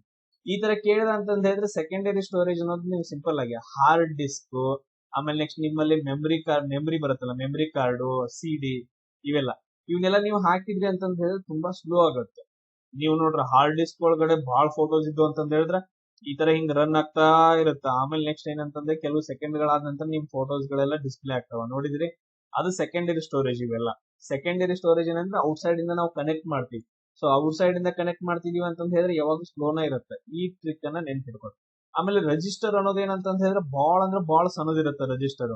ಈಗ ಚಿಕ್ಕಿದ್ದು ಎಲ್ಲ ಏನ್ ನೋಡ್ರಿ, ಈಗ ಹೈಟ್ ಒಳಗಡೆ ಸಣ್ಣ ಇರ್ತಾವ ನೋಡ್ರಿ, ಗಿಡ್ ಅಂತ ಕರಿತೀವಿ, ಚೋಟಾ ಅಂತ ಕರಿತೀವಿ. ಅವು ಎಷ್ಟು ಸಣ್ಣ ಇರ್ತಾವ ಅಷ್ಟು ಹಾರಾಡ್ತಿರ್ತಾವ. ಅಷ್ಟೇನಂತಂದ್ ಹೇಳಿದ್ರೆ ಗಲಾಟೆ ಮಾಡ್ತಿರ್ತಾವ. ಕರೆಕ್ಟಾ? ನಿಮ್ಮಲ್ಲಿ ನಿಮ್ ಫ್ರೆಂಡ್ಸ್ ಗ್ರೂಪ್ ಒಳಗಡೆ ಇರ್ತಾರ ನೋಡ್ರಿ, ನೋಡಕ್ ಬಹಳ ಸಣ್ಣ ಇರ್ತಾವ, ಬಟ್ ಅದ್ರ ಬಾಳ ಜಿಗದಾಡ್ತಿರ್ತಾರ ಅವ್ರು. ಹಂಗ ಈ ರಿಜಿಸ್ಟರ್ ಅನ್ನೋದು ಕೂಡ ಏನಂತಂದ್ ಹೇಳಿದ್ರೆ ಸ್ಮಾಲ್ ಸೈಜ್ ಮೆಮರಿ. ಇದು ಅದ್ರದ್ದು ಮೆಮರಿ ಎಷ್ಟಿರುತ್ತೆ ಅಂತಂದ್ ಹೇಳಿದ್ರೆ, ಸ್ಟೋರೇಜ್ ಎಷ್ಟಿರುತ್ತೆ ಅಂದ್ರೆ ಬಹಳ ಸ್ಮಾಲ್ ಇರುತ್ತೆ. ಸೊ ಅದಕ್ಕೋಸ್ಕರ ಬಹಳ ಸ್ಮಾಲ್ ಇರೋದೇನಿರುತ್ತೆ, ಬಹಳ ಹಾರಾಡ್ತಿರುತ್ತೆ, ಅದಕ್ಕೆ ಬಹಳ ಸ್ಪೀಡ್ ಇರುತ್ತೆ ಅಂತಂದ್ ಹೇಳಿ. ಅದಾದ ನಂತರ ಕ್ಯಾಶ್ ಸ್ವಲ್ಪ ಜಾಸ್ತಿ ಇರುತ್ತೆ, ರ್ಯಾಮ್ ಅದಕ್ಕಿಂತ ಜಾಸ್ತಿ ಇರುತ್ತೆ. ಈ ಸೆಕೆಂಡರಿ ಸ್ಟೋರೇಜ್ ನೀ ಎಷ್ಟು ಯೂಸ್ ಮಾಡ್ತಿ ಅಷ್ಟು. ಅಂದ್ರೆ ಸೈಜ್ ಕೂಡ ಏನಂತಂದ್ ಹೇಳಿದ್ರೆ ಸೈಜ್ ಎಷ್ಟು ಸಣ್ಣದಿರುತ್ತೆ, ಮೆಮರಿ ಎಷ್ಟು ಸಣ್ಣ, ಅಂದ್ರೆ ಸ್ಟೋರೇಜ್ ಎಷ್ಟು ಸಣ್ಣದಿರುತ್ತೆ ಅಷ್ಟು ಸ್ಪೀಡ್ ಜಾಸ್ತಿ ಇರುತ್ತೆ. ಈಗ ನೋಡ್ರಿ, ಸೆಕೆಂಡರಿ ಸ್ಟೋರೇಜ್ ಆದಂತ HD ತಗೊಳ್ಳೋಣ, ಹಾರ್ಡ್ ಡಿಸ್ಕ್ ತಗೊಳ್ಳೋಣ, ಅದ್ರ ಸ್ಟೋರೇಜ್ ಟೆರಾಬೈಟ್ ಒಳಗಡೆ ಇರುತ್ತೆ. ಸೊ ಅದಕ್ಕೋಸ್ಕರ ಅದರದ್ದು ಸ್ಪೀಡ್ ಕಮ್ಮಿ ಇರುತ್ತೆ. ನೋಡ್ರಿ, ಒಂದೊಂದಾಗಿ ಡಿಸ್ಕಷನ್ ಮಾಡೋಣ. ರಿಜಿಸ್ಟರ್ ಅಂದ್ರೆ ಏನು? ಇದು ನೋಡ್ರಿ, CPU ಒಳಗಡೆ ಈ ತರ ಏನಂದ್ರೆ ಕಂಪ್ಯೂಟರ್ ಇರುತ್ತೆ. ಓಕೆ, ಇಲ್ಲಿ ಒಂದ್ ಏನಂತಂದ್ರೆ CPU ಇರುತ್ತೆ. ಈ CPU ಒಳಗಡೆ ಏನಂದ್ರೆ ಕೆಲವೊಂದು ಮದರ್ ಬೋರ್ಡ್ ಅವು ಇವೆಲ್ಲ ಪಾರ್ಟ್ಸ್ ಗಳು ಬರ್ತಾವ, ಅವೆಲ್ಲ ನಮಗ್ ಬೇಡ. ಅದ್ರ ಒಳಗಡೆ ಏನಂದ್ರೆ ಈ ತರ ಚಿಕ್ಕದಾಗಿರುವಂತಹ ರಿಜಿಸ್ಟರ್ಸ್ ಗಳನ್ನ ಯೂಸ್ ಮಾಡ್ತಾರೆ. ಚಿಕ್ಕದಾಗಿರುವಂತಹ ರಿಜಿಸ್ಟರ್ಸ್ ಗಳನ್ನ ಯೂಸ್ ಮಾಡ್ತಾರ. ಇದು ಎಲ್ಲಿರುತ್ತೆ ಅಂದ್ರೆ ಸಿಪಿಯು ಒಳಗಡೆ ಇರುತ್ತೆ. ಫಸ್ಟ್ ಪಾಯಿಂಟ್ ಏನಂದ್ರೆ ಇದು ಸಿಪಿಯು ಒಳಗಡೆ ಇರುತ್ತೆ. ಆಮೇಲೆ ಇದೊಂದು ಅತ್ಯಂತ ಚಿಕ್ಕ ಮೆಮೊರಿ ಘಟಕ. ನೋಡ್ರಿ, ಅತ್ಯಂತ ಚಿಕ್ಕ ಮೆಮೊರಿ ಘಟಕ. ನೋಡ್ರಿ, ಎಷ್ಟು ಸೈಜ್ ಕಮ್ಮಿ ಇರುತ್ತೆ ಅಷ್ಟು ಹಾರಾಡಿರುತ್ತೆ ಅಂತ ಹೇಳಲ್ಲ. ಅತ್ಯಂತ ಚಿಕ್ಕ ಮೆಮೊರಿ ಘಟಕ ಅಂದ್ರೆ ಅತ್ಯಂತ ಚಿಕ್ಕ ಸ್ಟೋರೇಜ್ ಅಂತ ಹೇಳ್ತೀವಿ ಸಿಪಿಯು ಒಳಗಡೆ. ಆಮೇಲೆ ಕಂಪ್ಯೂಟರ್ ಒಳಗಡೆ. ಅದಾದ ನಂತರ ಇದನ್ನ ಪ್ರೊಸೆಸರ್ ಅಂತ ಹೇಳ್ತೀವಲ್ಲ, ಪ್ರೊಸೆಸರ್ ಏನ್ ಮಾಡುತ್ತೆ ಅಂದ್ರೆ ಡೈರೆಕ್ಟ್ ಆಗಿ ಎಕ್ಸೆಸ್ ಮಾಡುತ್ತೆ. ಯಾಕಂದ್ರೆ ಇದು ಸಿಪಿಯು ಒಳಗಡೆ ಇರೋದ್ರಿಂದ ಪ್ರೊಸೆಸರ್ ಏನ್ ಮಾಡುತ್ತೆ ಅಂದ್ರೆ ಅದನ್ನ ಡೈರೆಕ್ಟ್ ಆಗಿ ಎಕ್ಸೆಸ್ ಮಾಡೋದು. ತಕ್ಷಣವೇ ಏನಂತಂದ್ರೆ ನೇರವಾಗಿ ಅದನ್ನ ಪ್ರವೇಶ ಮಾಡುತ್ತೆ. ಅಲ್ಲಿಂದ ನಮ್ಗೆ ಆನ್ಸರ್ ಬರುತ್ತೆ. ಆಮೇಲೆ ಇದು ಟೆಂಪರರಿ ಅಂತಂದ್ ಹೇಳ್ತೀವಿ. ಇದನ್ನ ನಾವು ಟೆಂಪರರಿ ಸ್ಟೋರೇಜ್ ಅಂತಂದ್ ಹೇಳ್ತೀವಿ. ತುಂಬಾ ಇಂಪಾರ್ಟೆಂಟ್. ಇದೊಂದೇನಂತಂದ್ ಹೇಳಿದ್ರೆ ಟೆಂಪರರಿ ಸ್ಟೋರೇಜ್, ತಾತ್ಕಾಲಿಕವಾಗಿ ಡಾಟಾವನ್ನ ಸ್ಟೋರ್ ಮಾಡುತ್ತೆ. ನೀವ್ ಏನ್ ಕೊಡ್ತಿರಲ್ಲ ಆ ಇನ್ಸ್ಟ್ರಕ್ಷನ್ಸ್ ಗಳಾಗಿರ್ಬೋದು, ಇನ್ಸ್ಟ್ರಕ್ಷನ್ಸ್ ಅಂತಂದ್ ಹೇಳ್ತೀವಿ. ಆಮೇಲೆ ನೀವ್ ಏನಾದ್ರೂ ಡಾಟಾವನ್ನ ಕೊಟ್ರೆ, ಇನ್ಸ್ಟ್ರಕ್ಷನ್ ಅಂತ ಏನು, ಪ್ರಿಂಟ್ ಮಾಡು, ಅದನ್ನ ಮಾಡು, ಇದನ್ನ ಕ್ಯಾಲ್ಕುಲೇಷನ್ ಮಾಡು, ಪ್ಲಸ್ ಮಾಡು, ಮೈನಸ್ ಮಾಡು ಅಂತ ಇನ್ಸ್ಟ್ರಕ್ಷನ್ಸ್ ಗಳನ್ನ ಕೊಟ್ಟ ನಂತರ ಅದೇನ್ ಮಾಡುತ್ತೆ, ಟೆಂಪರರಿ ತಾತ್ಕಾಲಿಕವಾಗಿ ಸ್ಟೋರೇಜ್ ಮಾಡಿ ನಮಗೇನ್ ಮಾಡುತ್ತೆ, ಅತ್ಯಂತ ವೇಗವಾಗಿ, ಲಕ್ಷಾಂತರ ಪಟ್ಟು ವೇಗವಾಗಿ ಕೆಲಸ ಮಾಡಿ ಮಿಲಿ ಸೆಕೆಂಡ್ ಗಳಲ್ಲಿ ಕೆಲಸ ಮಾಡುತ್ತೆ. ಆಮೇಲೆ ಇವ್ರದ್ದು ಗಾತ್ರ ಎಷ್ಟಿರುತ್ತೆ, ಸ್ಟೋರೇಜ್ ಎಷ್ಟಿರುತ್ತೆ, ಬಹಳ ಸಣ್ಣ ಸ್ಟೋರೇಜ್, ಚಿಕ್ಕ ಮೆಮರಿ ಅಂತ ಹೇಳ್ತೀವಲ್ಲ, ಮ್ಯಾಕ್ಸಿಮಮ್ ಅಂದ್ರೆ ಎಷ್ಟಿರುತ್ತೆ, 32 ಬಿಟ್ ಇರ್ಬೋದು ಅಥವಾ 64 ಬಿಟ್ ಇರ್ಬೋದು ಅಷ್ಟೇ. ಈಗ ನಿಮ್ದು ಹೆಂಗಂತಂದ್ ಹೇಳಿದ್ರೆ GB ಗಂಟ್ಲೆ ಹೇಳ್ತೀರಿ, ಮೆಮರಿ ಕಾರ್ಡ್ ಏನಂದ್ರೆ GB ಗಂಟ್ಲೆ ಹೇಳ್ತಿರಲ್ಲ, ನಾವು ಬಿಟ್ ಒಳಗಡೆ ಹೇಳಕತ್ತೀವಿ ಇನ್ನು. ಆಮೇಲೆ ನೆಕ್ಸ್ಟ್ ಈ ರೆಜಿಸ್ಟರ್ ಗಳು ವರ್ಕ್ ಮಾಡ್ಬೇಕಂತಂದ ಹೇಳಿದ್ರೆ ಕಂಪ್ಯೂಟರ್ ಏನೈತಲ್ಲ ಸಿಪಿಯು ಅಂತಂದ್ ಹೇಳ್ತೀವಲ್ಲ, ಅದ್ರದ್ದು ಕಂಪಲ್ಸರಿ ಹೆಲ್ಪ್ ಬೇಕೇ ಬೇಕು. ರೆಜಿಸ್ಟರ್ ಗಳು ವರ್ಕ್ ಮಾಡ್ಬೇಕಂತಂದ ಹೇಳಿದ್ರೆ ಕಂಪಲ್ಸರಿ ಸಿಪಿಯು ಹೆಲ್ಪ್ ಬೇಕೇ ಬೇಕು. ಆಮೇಲೆ ನಾವು ಸಿಪಿಯು ಒಳಗಡೆ ಯಾವ್ಯಾವ ರೆಜಿಸ್ಟರ್ ಗಳನ್ನ ಯೂಸ್ ಮಾಡ್ತೀವಿ ಅಂತಂದ ಹೇಳಿದ್ರೆ ಅಕ್ಯುಮುಲೇಟರ್, ಜಸ್ಟ್ ಎಕ್ಸಾಂಪಲ್ ಅಕ್ಯುಮುಲೇಟರ್ ಅಂತ ಹೇಳಿ ಯೂಸ್ ಮಾಡ್ತೀವಿ, ಪ್ರೋಗ್ರಾಮ್ ಕೌಂಟರ್ ಅಂತ ಹೇಳಿ ಯೂಸ್ ಮಾಡ್ತೀವಿ, ಆಮೇಲೆ ಇನ್ಸ್ಟ್ರಕ್ಷನ್ ರೆಜಿಸ್ಟರ್ ಅಂತ ಹೇಳಿ ಈ ತರ ಬೇರೆ ಬೇರೆ ರೆಜಿಸ್ಟರ್ ವಿಧಗಳನ್ನ ನಾವು ಯೂಸ್ ಮಾಡ್ತೀವಿ. ಈಗ ನೋಡ್ರಿ, ನೆಕ್ಸ್ಟ್ ಒನ್ ಯಾವ್ದೈತೆ ಅಂತಂದ್ ಹೇಳಿದ್ರೆ ಕ್ಯಾಶೆ ಅಂತಂದೈತೆ. ಇದನ್ನ ನಾವು ಡಿಸ್ಕಷನ್ ಮಾಡೋಣ ಇವಾಗ. ಈಗ ಫಾರ್ ಎಕ್ಸಾಂಪಲ್ ಯಾವ ರೀತಿಯಾಗಿ ಅಂತಂದ್ ಹೇಳಿದ್ರೆ, ಮೊದಲು ನಾನೊಂದು ಎಕ್ಸಾಂಪಲ್ ನ ಕೊಡ್ತೀನಿ. ಈ ತರ ಏನಂತಂದ್ರೆ ನಾನು ಪೇಜ್ ಅನ್ನ ಓಪನ್ ಮಾಡ್ತೀನಿ ನನ್ನ ಹೆಸರಲ್ಲೇ.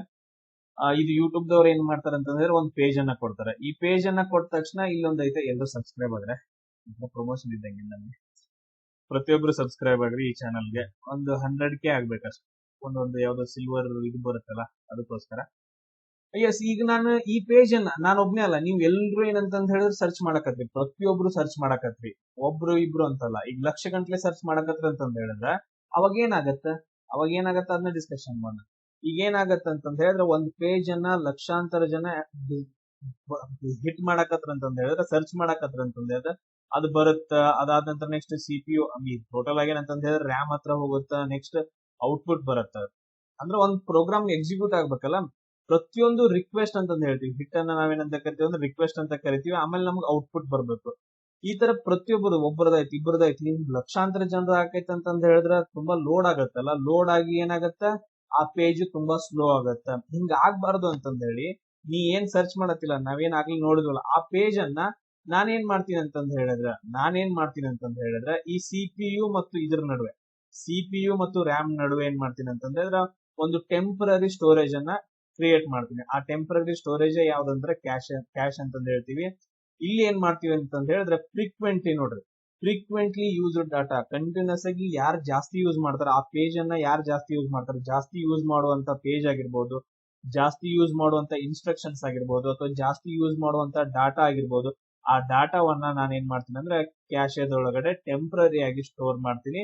ಅವಾಗ ಸ್ಟೋರ್ ಮಾಡಿದಾಗ ಏನಾಗತ್ತ, ಯೂಸರ್ ಬರ್ತಾನ, ನೀನ್ ಬರ್ತಿ, ನೀ ಏನ್ ಮಾಡ್ತೀನಿ ಅಂತಂದ್ ಹೇಳಿದ್ರೆ ನನ್ನ ಹೆಸರನ್ನ ಸರ್ಚ್ ಮಾಡ್ತೀನಿ, ಮಲ್ಲಿಕಾರ್ಜುನ್ ಕಿಲಿದರ್ ಅಂತಂದೇಳಿ. ಅವಾಗ ಏನ್ ಮಾಡುತ್ತಾ, ಇದು ಸಿಪಿಯು ಹೋಗುತ್ತಾ, ಅಲ್ಲಿ ಒಳಗಡೆ ಬೇರೆ ಬೇರೆ ಪಾರ್ಟ್ಸ್ ಬರ್ತಾವ, ಬಟ್ ಅದ್ರ ನಿಮ್ಗೆ ಈಸಿ ಆಗಿ ಅಂಡರ್ಸ್ಟ್ಯಾಂಡ್ ಆಗಿ. ಇದೇನ್ ಮಾಡುತ್ತೆ, ರ್ಯಾಮ್ ಹೋಗ್ಬಿಟ್ಟು, ರ್ಯಾಮ್ ಅಂತಂದ್ ಹೇಳ್ತೀವಿ, ಅಲ್ಲಿ ಹೋಗ್ಬಿಟ್ಟು ಹಿಟ್ ಆಗೋಕ್ಕಿಂತ ಮುಂಚೆ ಇದು ಕ್ಯಾಶೆ ಹತ್ರ ಚೆಕ್ ಮಾಡುತ್ತೆ, ಕ್ಯಾಶೆ ಒಳಗಡೆ ಐತೋ ಇಲ್ಲೋ ಆ ಡಾಟಾ ಅಂತಂದೇಳಿ. ಇತ್ತು ಅಂತಂದ್ ಹೇಳಿದ್ರೆ ಇಲ್ಲೇ ತಗೊಂಡು ಇಲ್ಲೇ ಹೊರಗಡೆ ಬಂದ್ಬಿಡುತ್ತೆ ಔಟ್ಪುಟ್. ಆ ಪೇಜ್ ಅಲ್ಲೇ ಬಂದ್ಬಿಡುತ್ತೆ. ಹೋಗ್ಬಿಟ್ಟು ರ್ಯಾಮ್ ಹಿಟ್ ಆಗಿ ಆಮೇಲೆ ನೆಕ್ಸ್ಟ್ ಬೇರೆ ಎಲ್ಲಾದ್ರೂ ಡಾಟಾ ಐತೆ, ಡಾಟಾ ಬೇಸ್ ಗಳಿಗೆ ಹೋಗ್ಬಿಟ್ಟು ಚೆಕ್ ಮಾಡಿ, ಅಲ್ಲಿಂದ ಫೆಚ್ ಮಾಡಿ, ಆಮೇಲೆ ನಿಮಗೆ ಡಿಸ್ಪ್ಲೇ ಮಾಡ್ಬೇಕಂತ ಏನ್ ಸಿಗಲ್ಲ. ಕ್ಯಾಶೆ ಒಳಗಡೆ ಟೆಂಪರರಿ ಆಗಿ ನಾವು ಇವಾಗ ಸರ್ ಹೆಂಗ್ರಿ ಸರ್ 5+3 ಅಂತ ಹೇಳಿ ಎಲ್ಲರೂ ಸರ್ಚ್ ಮಾಡ್ತಾರೆ. ಇದನ್ನ ನಾನು ಸ್ಟೋರ್ ಮಾಡ್ಬೋದು ಸರ್, ನಾನು ಹೋಲ್ ಪೇಜ್ ಸ್ಟೋರ್ ಮಾಡ್ಬೋದ್ರಿ, ಹೋಲ್ ಪೇಜ್ ಸ್ಟೋರ್ ಮಾಡ್ಬೋದ್ರಿ. ಅದಾದ ಸರ್ ಒಂದ್ ಸ್ಮಾಲ್ ಸೆಗ್ಮೆಂಟ್ ಅನ್ನ ನಾನು ಸ್ಟೋರ್ ಅದನ್ನು ಸ್ಟೋರ್ ಮಾಡೋದು. ಟೆಂಪರರಿ ಒಳಗಡೆ ಫ್ರೀಕ್ವೆಂಟ್ ಆಗಿ ಯಾರು ಯೂಸ್ ಮಾಡ್ತಿರ್ತಾರೋ ಅಂತ ಡಾಟಾವನ್ನ ಕ್ಯಾಶೆ ಒಳಗಡೆ ಚೆಕ್ ಮಾಡ್ತಾರೆ. ಸಿಪಿಯು ರಿಕ್ವೆಸ್ಟ್ ಬರುತ್ತೆ. ನೀ ಏನ್ ಸರ್ಚ್ ಮಾಡ್ತಿಲ್ಲ ಯು ಆರ್ ಎಲ್ ಏನ್ ಸರ್ಚ್ ಮಾಡ್ತಿಲ್ಲ ಅದನ್ನ ರಿಕ್ವೆಸ್ಟ್ URL ಅಂತ ಕರಿತೀವಿ. CPU ಬರುತ್ತೆ, ಕ್ಯಾಶೆ ಒಳಗಡೆ ಚೆಕ್ ಮಾಡುತ್ತೆ. ಕ್ಯಾಶೆ ಒಳಗಡೆ ಇರ್ಲಿಲ್ಲ ಅಂತಂದ ಹೇಳಿದ್ರೆ ಅದು ರ್ಯಾಮ್ ಹೋಗುತ್ತೆ, ಇಲ್ಲ ಅಂದ್ರೆ ಔಟ್ ಸೈಡ್ ಹಂಗ ನಮಗ ಡಿಸ್ಪ್ಲೇ ಮಾಡುತ್ತೆ.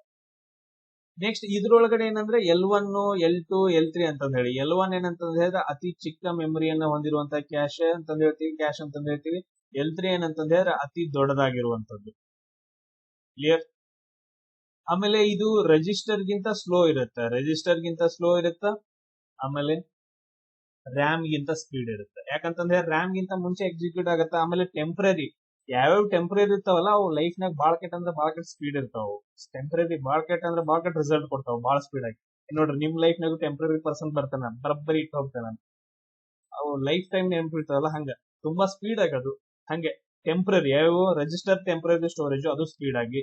ಅದಾದ ನಂತರ ನೆಕ್ಸ್ಟ್ ಏನಂತಂದ್ ಹೇಳಿದ್ರೆ ಇವಾಗ ಕ್ಯಾಶೆ ಅಂತಂದ್ ಹೇಳಿದ್ವಿ, ಅದು ಕೂಡ ಟೆಂಪ್ರರಿ ಸ್ಟೋರೇಜ್, ಅದು ಸ್ಪೀಡ್ ಆಗಿರುತ್ತೆ. ರ್ಯಾಮ್ ಏನಂತಂದ್ ಹೇಳಿದ್ರೆ ಸ್ಲೋ ಆಗಿರುತ್ತೆ. ಫಸ್ಟ್ ಈ ತರ ನೆನ್ಪಿಟ್ಬೋದು. ಅದಾದ ನಂತರ ನೆಕ್ಸ್ಟ್ ನೋಡ್ರಿ ರ್ಯಾಮ್ ಅಂತಂದ್ ಹೇಳ್ತೀವಿ. ಸೊ ರ್ಯಾಮ್ ಅಂತಂದ್ ಹೇಳಿ ಇದೇನಂತಂದ್ ಹೇಳಿದ್ರೆ ಕಂಪ್ಯೂಟರ್ ನ ಮೇನ್ ಮೆಮರಿ ಅಂತಂದ್ ಹೇಳ್ತೀವಿ. ಕಂಪ್ಯೂಟರ್ ನ ಮೇನ್ ಮೆಮರಿ. ಏನ ನೀವು ಸರ್ಚ್ ಮಾಡ್ರಿ, ಏನ ಮಾಡ್ರಿ, ಎಕ್ಸಿಕ್ಯೂಷನ್ ಏನ್ ಬೇಕಾದ್ ಮಾಡ್ರಿ, ಎಲ್ಲವನ್ನು ಎಲ್ಲಿ ಹಿಟ್ ಆಗತ್ತ, ರ್ಯಾಮ್ ಹಿಟ್ ಆಗಿ ಆಮೇಲೆ ನಮ್ಗ ಔಟ್ಪುಟ್ ಬರುತ್ತೆ. ಸೊ ಅದಕ್ಕೋಸ್ಕರ ಅದ್ರ ಬಗ್ಗೆ ಜಸ್ಟ್ ಇಷ್ಟ ನೆನ್ಪಿಟ್ಕೊಂಡು ಮತ್ತೆ ಯಾವ್ದಾದ್ರು ನೋಡೋಣ. ನೆಕ್ಸ್ಟ್ ಬರುತ್ತೆ ಸೆಕೆಂಡರಿ ಸ್ಟೋರೇಜ್ ಅಂತಂದ್ ಹೇಳಿ. ಸೆಕೆಂಡರಿ ಸ್ಟೋರೇಜ್ ಅಂತಂದ್ ಹೇಳಿದ್ರೆ ಇದನ್ನ ನಾವು ಇವೆಲ್ಲ ಟೆಂಪರರಿನ ನೆನ್ಪಿಟ್ಕೊಡ್ರಿ. ಇನ್ನೊಂದು ಯಾವ ಡಿಸ್ಕಷನ್ ಮಾಡಿದ್ವಿ, ರೆಜಿಸ್ಟರ್, ಆಮೇಲೆ ಕ್ಯಾಶ್, ಆಮೇಲೆ ಇನ್ನೊಂದ್ ಯಾವ್ದಂತಂದ್ ಹೇಳಿದ್ರೆ ರ್ಯಾಮ್ ಅಂತಂದ್ ಹೇಳಿ. ಇವು ಮೂರು ಏನಂತಂದ್ ಹೇಳಿದ್ರೆ ಟೆಂಪರರಿ ಸ್ಟೋರೇಜಸ್. ಆಮೇಲೆ ಟೆಂಪರರಿ ಇವು ಪರ್ಮನೆಂಟ್ ಆಗಿ ಸ್ಟೋರ್ ಮಾಡಕ್ ಆಗಿಲ್ಲ ಡಾಟಾ. ಇನ್ ಬರ್ತಾವ ಅದಕ್ಕೋಸ್ಕರ ಅಂತಂದ್ ಹೇಳಿ ಸೆಕೆಂಡರಿ ಸ್ಟೋರೇಜ್ ಅಂತಂದ್ ಹೇಳಿ. ಯಾವ ಬರ್ತಾವ ಸೆಕೆಂಡರಿ ಸ್ಟೋರೇಜ್ ಅಂತಂದ್ ಹೇಳಿ ಬರ್ತಾವ. ಇವುಗಳಲ್ಲಿ ನಾವ್ ಏನ್ ಮಾಡ್ತೀವಿ ಅಂದ್ರೆ ಡಾಟಾವನ್ನ ಪರ್ಮನೆಂಟ್ ಆಗಿ ಸ್ಟೋರ್ ಮಾಡ್ತೀವಿ. ಏನಾಗಿ ಸ್ಟೋರ್ ಮಾಡ್ತೀವಿ, ಪರ್ಮನೆಂಟ್ ಆಗಿ ಸ್ಟೋರ್ ಮಾಡ್ತೀವಿ. ಪರ್ಮನೆಂಟ್ ಆಗಿ ನೆನ್ಪಿಟ್ಕೊಡ್ರಿ. ಸೆಕೆಂಡರಿ ಸ್ಟೋರೇಜ್ ಗಳಲ್ಲಿ ನಾವು ಪರ್ಮನೆಂಟ್ ಆಗಿ ಸ್ಟೋರ್ ಮಾಡ್ತೀವಿ. ಇದಕ್ಕೆ ಎಕ್ಸಾಂಪಲ್ಸ್ ಗಳು ಯಾವ್ದು ಸರ್? ಹಾರ್ಡ್ ಡ್ರೈವ್ ಡಿಸ್ಕ್ ಅಂತಂದ್ ಹೇಳ್ತೀವಿ. Hard drive disk. ಆಮೇಲೆ SSD ಅಂತಂದ್ ಹೇಳಿ ಕರಿತೀವಿ. ಆಮೇಲೆ ನೆಕ್ಸ್ಟ್ ಇನ್ನೊಂದು pen drive. Best example pen drive sir. Pen drive ಕೂಡ ಏನಂತಂದ್ ಹೇಳಿದ್ರೆ ಒಂದು ಸೆಕೆಂಡರಿ ಸ್ಟೋರೇಜ್. ಔಟ್ ಸೈಡ್ ಇಂದ ಕನೆಕ್ಟ್ ಮಾಡ್ತೀವಲ್ಲ, ಇದ್ರ ಕೆಪಾಸಿಟಿ ಅದ್ರ ಮೇಲೆ ಡಿಪೆಂಡ್ ಆಗತ್ತ, ಆಯಾ ವಸ್ತುಗಳ ಮೇಲೆ ಡಿಪೆಂಡ್ ಆಗಿರುತ್ತೆ. ಈಗ ಫಾರ್ ಎಕ್ಸಾಂಪಲ್ ನಿಮ್ ಫೋಟೋಗಳಾಗಿರ್ಬೋದು, ವಿಡಿಯೋಗಳಾಗಿರ್ಬೋದು, ಮೂವಿಗಳನ್ನ ಸೇವ್ ಮಾಡ್ಕೊಳಕ್ಕೆ ನೀವು ಹಾರ್ಡ್ ಡಿಸ್ಕ್ ಯೂಸ್ ಮಾಡ್ತಿರಲ್ಲ, ಪೆನ್ ಡ್ರೈವ್ ಯೂಸ್ ಮಾಡ್ತೀರಿ. So simple example. ಸೊ ಇವುಗಳನ್ನ ನಾವು ಪರ್ಮನೆಂಟ್ ಆಗಿ ಸ್ಟೋರ್ ಮಾಡ್ತೀವಿ. ಇದ್ರದ್ದು ಸೈಜ್ ಜಾಸ್ತಿ ಇರುತ್ತೆ ಕಂಪೇರ್ ಮಾಡಿದ್ರೆ ಎಲ್ಲದಕ್ಕೂ. ಮೇಲ್ಗಡೆ ಮೂರಕ್ಕೂ ಕಂಪೇರ್ ಮಾಡಿದ್ರೆ ಇದ್ರ ಸೈಜ್ ತುಂಬಾ ದೊಡ್ಡದಾಗಿರುತ್ತೆ. ನೆಕ್ಸ್ಟ್ ಒನ್ ನೋಡ್ರಿ, ಇಂಪಾರ್ಟೆಂಟ್. ಹೊಂದಿಸಿ ಬರೆಯಿರಿ ಕೇಳಿದಾರ. ಈಗ ಹೊಂದಿಸಿ ಬರೆಯಿರ ಒಳಗಡೆ ನಾವು ಜಸ್ಟ್ ಚೆಕ್ ಮಾಡೋಣ ಎಲಿಮಿನೇಷನ್ ಮೆಥಡ್. ನಂದು ಮೇನ್ ಅದೇ ಅಲ್ಲ, ಎಲಿಮಿನೇಷನ್ ಮೆಥಡ್ ಟ್ರೈ ಮಾಡೋಣ. ಇಲ್ಲಿ ನೋಡ್ರಿ C2D1 ಅಂತಂದೈತೆ, C2D1 ಅಂತಂದೈತೆ. ಇಲ್ಲಿ ಉಳಿದ ಕಡೆ ಎಲ್ಲ ಇಲ್ಲ, ನಾನು ತೆಗೆದಾಕ್ಬಿಡ್ತೀನಿ. C2D1 ಅಂತಂದೇಳಿ ಚೆಕ್ ಮಾಡೋಣ. D1 ಅಂತಂದೈತೆ, cloud computing ಅಂತಂದೈತಿ. ಆಮೇಲೆ ನೆಕ್ಸ್ಟ್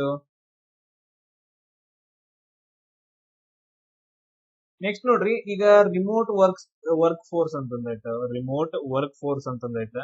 ಆಮೇಲೆ ಸಿಗ್ನೇಚರ್, ಸೆಕ್ಯೂರಿಟಿ, ಕ್ಲೌಡ್ ಕಂಪ್ಯೂಟಿಂಗ್ ಅಂತಂದ್ ಹೇಳಿದಾವ. ಇಲ್ಲಿ ನೋಡ್ರಿ ರಿಮೋಟ್ ವರ್ಕ್ ಫೋರ್ಸ್ ಅಂತಂದ್ ಹೇಳಿದ್ರೆ ರಿಮೋಟ್ ವರ್ಕ್ ಫೋರ್ಸ್ ಅಂತಂದ್ ಹೇಳಿದ್ರೆ ಗೂಗಲ್ ಡ್ರೈವ್ ಅಂತಂದ್ ಹೇಳ್ತೀವಿ. ಗೂಗಲ್ ಡ್ರೈವ್, ನಾನು ಅದನ್ನ ಎಕ್ಸ್ಪ್ಲನೇಷನ್ ಕೊಡ್ತೀನಿ. ಅದಾದ ನಂತರ ನೆಕ್ಸ್ಟ್ ಸಿಗ್ನೇಚರ್ ಅಂತಂದ್ ಹೇಳಿದ್ರೆ ಅಡೋಬ್ ಸೈನ್ ಅಂತ ಹೇಳಿ. ಆಮೇಲೆ ಸೆಕ್ಯೂರಿಟಿ ಅಂತಂದ್ ಹೇಳಿದ್ರೆ ಖಾಲಿ ಲೈನಕ್ಸ್ ಅಂತಂದ್ ಹೇಳಿ ಬರುತ್ತೆ. ಕ್ಲೌಡ್ ಕಂಪ್ಯೂಟಿಂಗ್ ಅಂತಂದ್ ಹೇಳಿದ್ರೆ AWS. ಕ್ಲೌಡ್ ರಿಲೇಟೆಡ್ ಏನಾದ್ರು ಬಂದ್ರೆ AWS ಅಂತಂದ್ ಹೇಳಿ ನೆನ್ಪಿಟ್ಕೊಡ್ರಿ. ಸರ್ ನಾವು ಫಸ್ಟ್ ಒನ್ ಡಿಸ್ಕಷನ್ ಮಾಡಿದಲ್ರಿ ರಿಮೋಟ್ ಅಂತಂದ್ ಹೇಳಿ, ರಿಮೋಟ್ ವರ್ಕ್ ಫೋರ್ಸ್ ಅಂತಂದ್ ಹೇಳಿ. ರಿಮೋಟ್ ವರ್ಕ್ ಫೋರ್ಸ್ ಹಿಂಗಂದ್ರೆ ಏನ ಸರ್? ರಿಮೋಟ್ ವರ್ಕ್ ಫೋರ್ಸ್ ಅಂತಂದ್ ಹೇಳಿದ್ರೆ ಕಚೇರಿಗೆ ಹೋಗದೆ, ಆಫೀಸ್ಗೆ ಹೋಗ್ಬಾರ್ದು. ಆಫೀಸ್ಗೆ ಹೋಗದೆ ಮನೆಯಿಂದಾನೇ ಕೆಲಸ ಮಾಡೋದು ರಿಮೋಟ್ ಅಂತಂದ್ ಹೇಳ್ತೀವಿ. ಮನೆಯಿಂದ ಕೆಲಸ ಮಾಡೋದನ್ನ ನಾವೇನಂತ ಕರಿತೀವಿ? ವರ್ಕ್ ಫೋರ್ಸ್ ಅಂತ. ಸಾರಿ, ಮನೆಯಿಂದ ಕೆಲಸ ಮಾಡೋದನ್ನ ರಿಮೋಟ್ ವರ್ಕ್ ಅಂತಂದ್ ಹೇಳ್ತೀವಿ. ಮನೆಯಿಂದಾನೇ ಕೆಲಸ ಮಾಡಬಹುದು, ಅಥವಾ ನೀವು ಬೇರೆ ಸ್ಥಳಗಳಿಂದ ಕೂಡ ಕೆಲಸ ಮಾಡಬಹುದು. ಬಟ್ ಆದ್ರೆ ನೀವು ಒಬ್ರ ಮಾಡಕ್ ಆಗದೈತೆ, ತುಂಬಾ ಜನ ಇರ್ತಾರ ನಿಮ್ ಜೊತೆಗೆ. ಏನಂತಂದ್ ಹೇಳಿದ್ರೆ ನಿಮ್ ತರ ಎಲ್ಲಾ ಹುಲಿಗಳು ಬಾಳ ಮಂದಿ ಇರ್ತಾರ. ಅವ್ರೆಲ್ಲಾನು ಕೂಡಿ ಒಂದೇ ಕಡೆ, ಅಂದ್ರೆ ನಾವು ಒಂದೇ ಪ್ರಾಜೆಕ್ಟ್ ಒಳಗಡೆ ನಾವು ವರ್ಕ್ ಮಾಡ್ಬೇಕಲ್ಲ. ಒಂದೇ ಪ್ರಾಜೆಕ್ಟ್ ಅಲ್ಲಿ ವರ್ಕ್ ಮಾಡ್ಬೇಕಂತಂದ್ರೆ ಅದಕ್ಕೊಂದು ಸಾಫ್ಟ್ವೇರ್ ಬೇಕಾಗತ್ತ. ಈಗ ಬೆಸ್ಟ್ ಎಕ್ಸಾಂಪಲ್ ಗೂಗಲ್ ಡ್ರೈವ್ ಅಂತಂದ್ ಹೇಳ್ತೀವಿ. ಗೂಗಲ್ ಡ್ರೈವ್ ಒಳಗಡೆ ಎಲ್ರು ಸೈನ್ ಇನ್ ಆಗೋದೈತಿ. ಗೂಗಲ್ ಡ್ರೈವ್ ಎಲ್ರು ಯೂಸ್ ಮಾಡ್ಕೋಬಹುದು, ಒಬ್ರು ಅಂತಲ್ಲ ಎಲ್ರು ಯೂಸ್ ಮಾಡ್ಕೋಬಹುದು.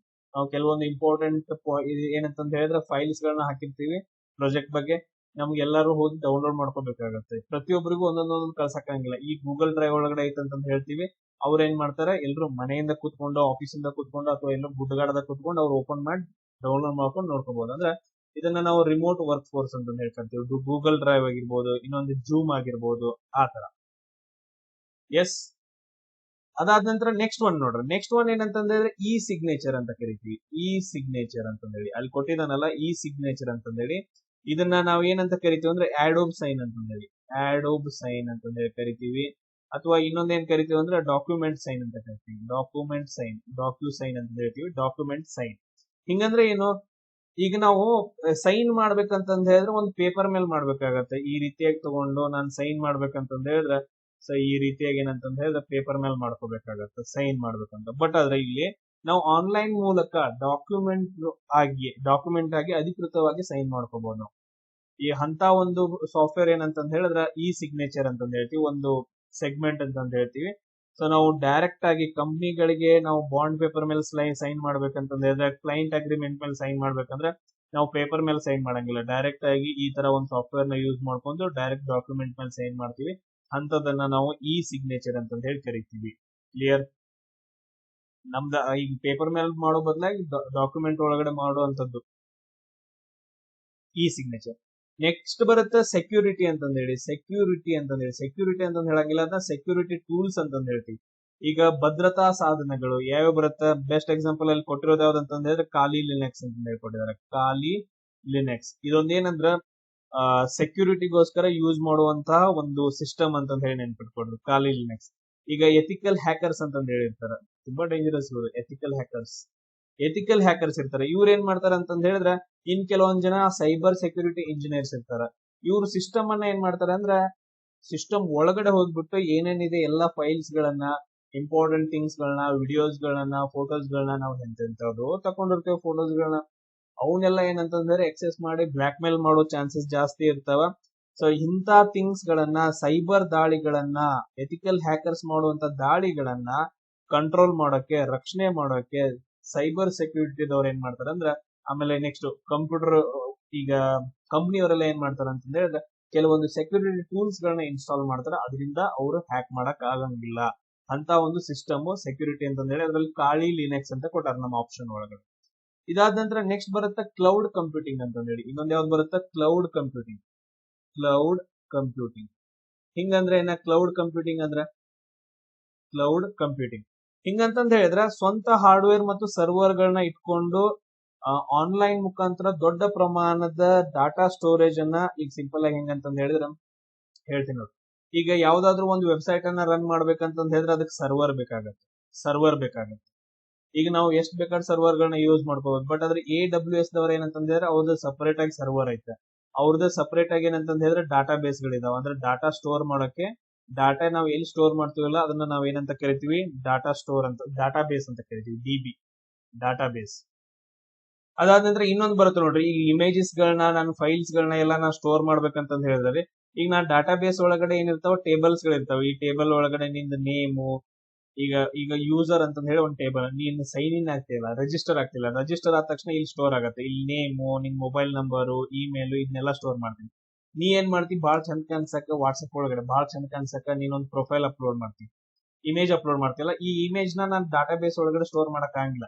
ಈ ಡಾಟಾ ಬೇಸ್ ಸ್ಟೋರೇಜ್ ಒಳಗಡೆ ಯಾವ SQL ಇರುತ್ತೆ, MongoDB ಅಂತಂದ್ ಹೇಳಿ ಬರುತ್ತೆ, MongoDB. ಅದಾದ ನಂತರ ನೆಕ್ಸ್ಟ್ ಇನ್ನು AWS ಸಪರೇಟ್ ಆಗಿ ಬರುತ್ತೆ, ಅಜೂರ್ ಅಂತಂದ್ ಹೇಳಿ ಸಪರೇಟ್ ಆಗಿ ಬರ್ತಾವ, ಬರ್ತಾವ. MySQL ಅಂತಂದ್ ಹೇಳಿ ಇನ್ನೊಂದು ಬರುತ್ತೆ, MySQL ಅಂತಂದ್ ಹೇಳಿ, MySQL. ಸೊ ಈ ತರ ಡಾಟಾ ಬೇಸ್ ಒಳಗಡೆ ನಾವು ಏನಂತಂದ್ ಹೇಳಿದ್ರೆ ಇಮೇಜ್ ಅನ್ನ ಸ್ಟೋರ್ ಮಾಡಕ್ ಆಗಿಲ್ಲ. ಈ ಇಮೇಜ್ ಅನ್ನ ಸ್ಟೋರ್ ಮಾಡ್ಬೇಕಂತಂದ್ ಹೇಳಿದ್ರೆ AWS ದವ್ರು ಏನ್ ಮಾಡ್ತಾರ ಅಂದ್ರೆ ಒಂದು ಬಕೆಟ್ ಅನ್ನ ಕೊಡ್ತಾರ.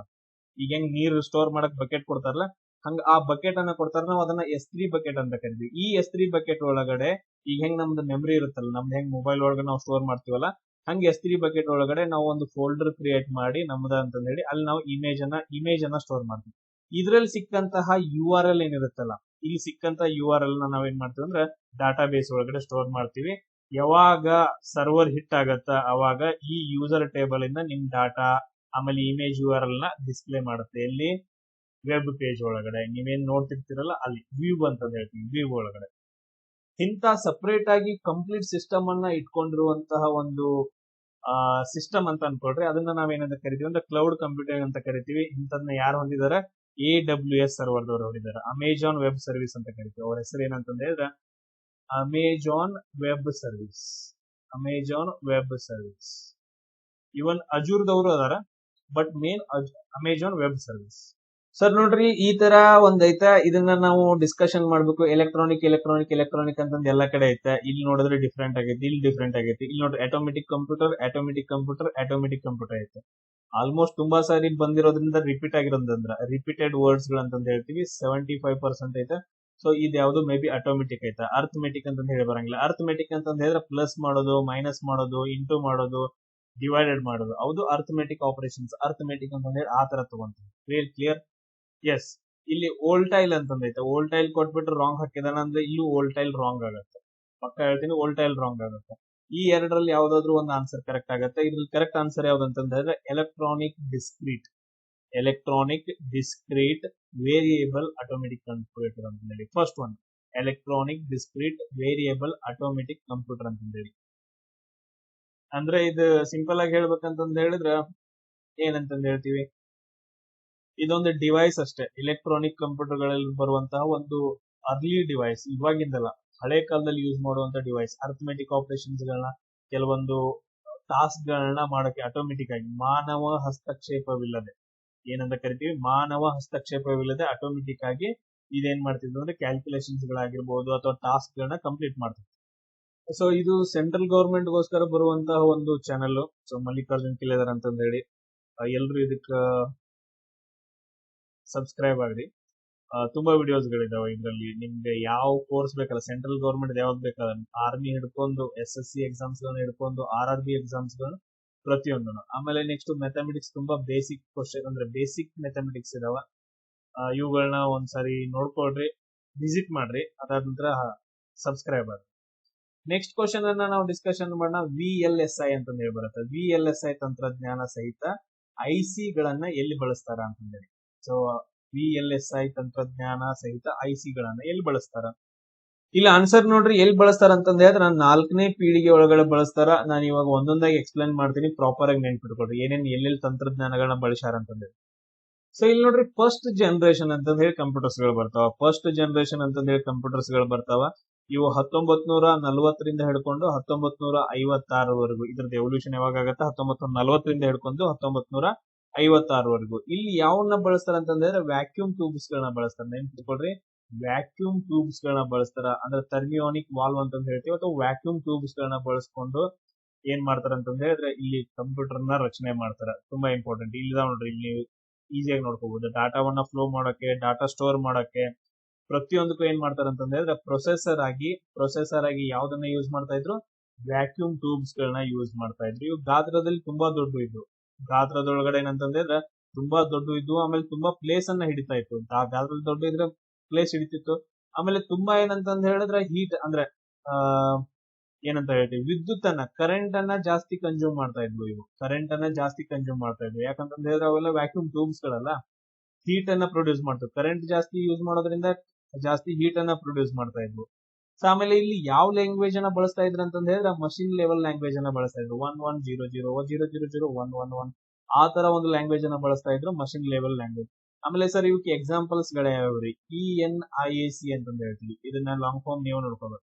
ಅದಾದ ನಂತರ ನೆಕ್ಸ್ಟ್ ಇನ್ನೊಂದು ಬರುತ್ತೆ EDVAC ಅಂತಂದ ಹೇಳಿ. ನಾವು ಆಗ್ಲೇ ಫುಲ್ ಫಾರ್ಮ್ ಹೇಳಿದ್ನಲ್ಲ, EDVAC ಅದು ಫಸ್ಟ್ ಜನರೇಷನ್ ಕಂಪ್ಯೂಟರ್ ಅದು. ಅದಾದ ನಂತರ ನೆಕ್ಸ್ಟ್ ಯುನಿವ್ಯಾಕ್ ಅಂತಂದ ಹೇಳಿ ಬರುತ್ತೆ, UNIVAC ಅಂತಂದ ಹೇಳಿ. ಇವೆಲ್ಲ ಫಸ್ಟ್ ಜನರೇಷನ್ ಅಲ್ಲಿ ಬರುವಂತಹ ಕಂಪ್ಯೂಟರ್ಗಳು. ನೆಕ್ಸ್ಟ್ ಜನರೇಷನ್ ನೋಡ್ರಿ, ಸೆಕೆಂಡ್ ಜನರೇಷನ್ ಅಂತಂದ ಹೇಳ್ತೀವಿ. ಸೆಕೆಂಡ್ ಜನರೇಷನ್ 1956ರಿಂದ ಹಿಡ್ಕೊಂಡು 1963ವರೆಗೂ ಎವಲ್ಯೂಷನ್ ಆಗತ್ತೆ. ಸೊ ಇದ್ರೊಳಗಡೆ ಏನ್ ಬಳಸ್ತಾರ ಅಂದ್ರೆ ಟ್ರಾನ್ಸಿಸ್ಟರ್ ಗಳನ್ನ ಬಳಸ್ತಾರ. ಏನ್ ಬಳಸ್ತಾರ?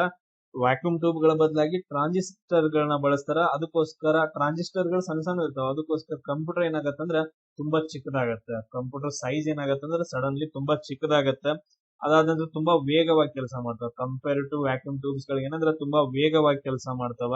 ಆಮೇಲೆ ಕಡಿಮೆ ವಿದ್ಯುತ್ ಅನ್ನ ಬಳಸ್ತಾವ. ಕರೆಂಟ್ ಅನ್ನ ಏನ್ ಮಾಡ್ತಾವ ಅಂದ್ರೆ ಕಡಿಮೆ ವಿದ್ಯುತ್ ಅನ್ನ ಬಳಸ್ತಾವ. ಅದ್ರ ಜೊತೆಗೆ ಇಲ್ಲಿ ಅಸೆಂಬ್ಲಿ ಭಾಷೆಗಳನ್ನ, ಅಸೆಂಬ್ಲಿ ಲೆವೆಲ್ ಲ್ಯಾಂಗ್ವೇಜ್ ಗಳನ್ನ ಬಳಸ್ತಾರ. ಇಲ್ಲಿ ಏನ್ ಮಾಡ್ತಾರ ಅಂತಂದ್ ಹೇಳಿದ್ರೆ ಅಸೆಂಬ್ಲಿ ಲೆವೆಲ್ ಲ್ಯಾಂಗ್ವೇಜ್ ಗಳನ್ನ ಬಳಸ್ತಾರ. ಇವುಗಳನ್ನ ನೆನ್ಪಿಟ್ಕೊಂಡು ಅಸೆಂಬ್ಲಿ ಲೆವೆಲ್ ಲ್ಯಾಂಗ್ವೇಜ್ ಅಂತಂದ ಹೇಳಿ.